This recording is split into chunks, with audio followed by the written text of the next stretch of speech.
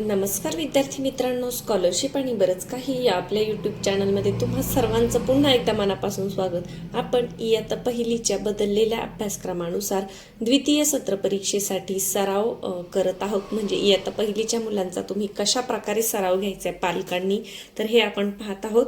या अगोदरच्या व्हिडिओमध्ये आपण गणितचे प्रश्न कसे असतील साधारण हे पाहिलं होतं। आज आपण मराठीचे प्रश्न प्रकार कसे असतात हे पाहणार आहोत।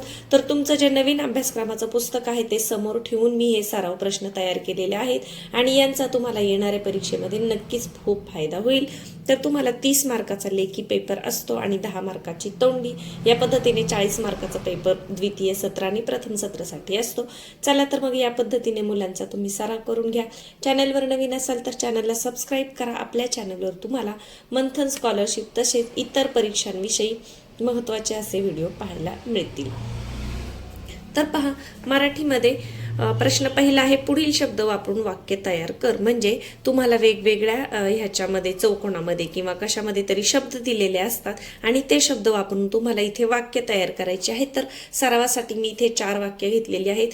तुम्ही काय करायचे की हे शब्द आणि याच्या व्यतिरिक्त अजून थोडेसे शब्द घ्यायचे आहेत आणि ते मुलांना सरावासाठी द्यायचे आहेत। जसं पहा, काका चहा पी, त्याच्यानंतर आई आंबा खा, रवी आंबा खा, किंवा समीर घरी ये, आई घरी ये। या पद्धतीने 3 गोलांमध्ये जे शब्द दिलेले आहेत ते योग्य पद्धतीने जुळून इथं वाक्य तयार करायचे आणि ते वाक्य मुलांना लिहायचं आहे।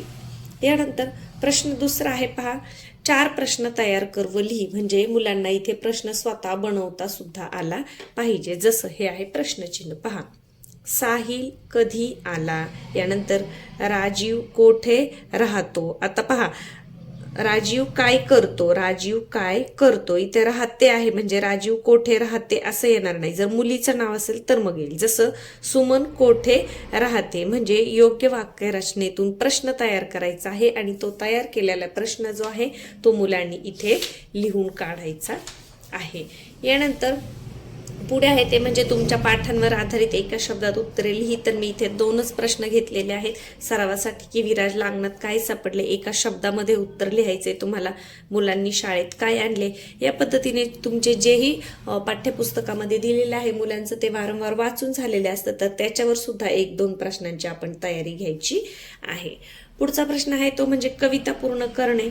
आता कविता कशी पूर्ण करायची, पहा, कैरी आहे हिरवीगार, कर तिच्या फोडी, मग किती येणार, गार आहे म्हणजे यमक जुळणारा जो शब्द आहे 4 तो इथे तुम्ही लिहायचा आहे।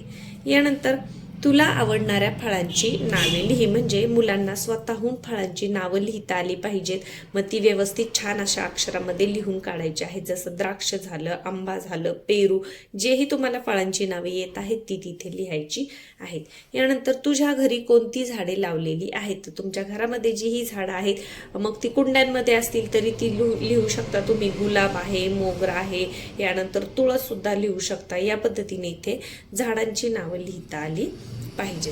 यानंतर पुढचा प्रश्न आहे तो योग्य क्रम लावा। आता इथे काही शब्द दिलेले आहेत त्यांचा योग्य क्रम लावून वाक्य तयार करायचं। जसं पहा, चिरून खाल्ला, बाजारातून आणला, पिकट ठेवला, आंबा दिसला। आता काय याचा योग्य क्रम कसा येईल, पहा, आंबा दिसला हे सुरुवातीला येईल, आंबा दिसला, बाजारातून आणला, पिकट ठेवला आणि नंतर शेवट काय येईल, चिरून खाल्ला। आता इथं उदाहरण म्हणून आपण असं घेतले, कोणत्याही प्रकारची घटना तुम्हाला असे शब्द दिले असेल तर त्याचा योग्य क्रम लावून तुम्हाला ते लिहून काढायचं आहे। तर साधारण पुढचा प्रश्न प्रकार पहा, अधोरेखित अक्षरांवर अनुस्वार देव पुन्हा लिही। अधोरेखित म्हणजे ज्याच्या खाली रेष मारली आहे त्याला।